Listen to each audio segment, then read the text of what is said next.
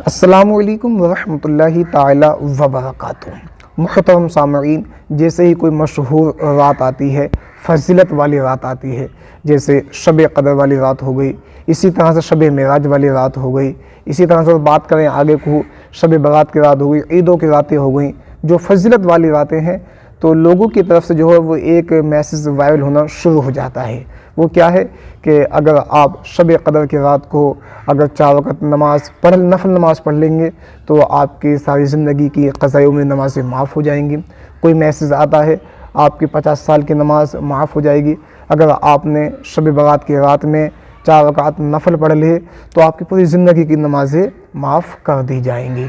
इन चीज़ों की असल क्या है, हकीकत क्या है, इसके हवाले से सबसे पहले आप इस बात को जान लें। ऐसी कोई भी हदीस पाक नहीं है, ना ही किसी बुज़ुर्ग का कौल है कि आपने अगर उस रात को या फला रात को 4 रकात नफल पढ़े तो आपकी सारी ज़िंदगी की क़ज़ाए उम्र नमाज़ें माफ़ कर दी जाएंगी। याद रखें, जो नमाज़ें क़ज़ा हैं तो वो नफल पढ़ने से क़ज़ा उम्र नमाज माफ़ नहीं होती है, बल्कि उसके लिए नमाज़ों को अदा करना पड़ता है। अल्लाह तबारक व तआला की बारगाह में तौबा इस्तिग़फ़ार करनी पड़ा करती है। हाँ, बुज़ुर्गान दीन के कुछ ऐसे कौल हैं और अहदीस करीमा में भी कुछ ऐसी बातें हैं जिनके पढ़ने से इंसान को सवाब मिला करता है। जैसे मिसाल के तौर पर कोई 27 रजब का रोज़ा रखता है तो उसको जो है वो 60 महीने के रोज़े रखने का सवाब दे दिया जाता है।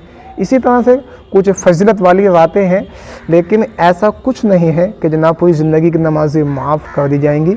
इस तरह की बातों पर ध्यान ना दें, बल्कि अगर आपके व्हाट्सएप पर इस तरह का कोई मैसेज आए तो आप अपनी बस्ती के उलमा इकराम से रब्ता ज़रूर किया करें। अल्लाह तबारक व तआला हम सभी को सही सही दीन सीखने की तौफीक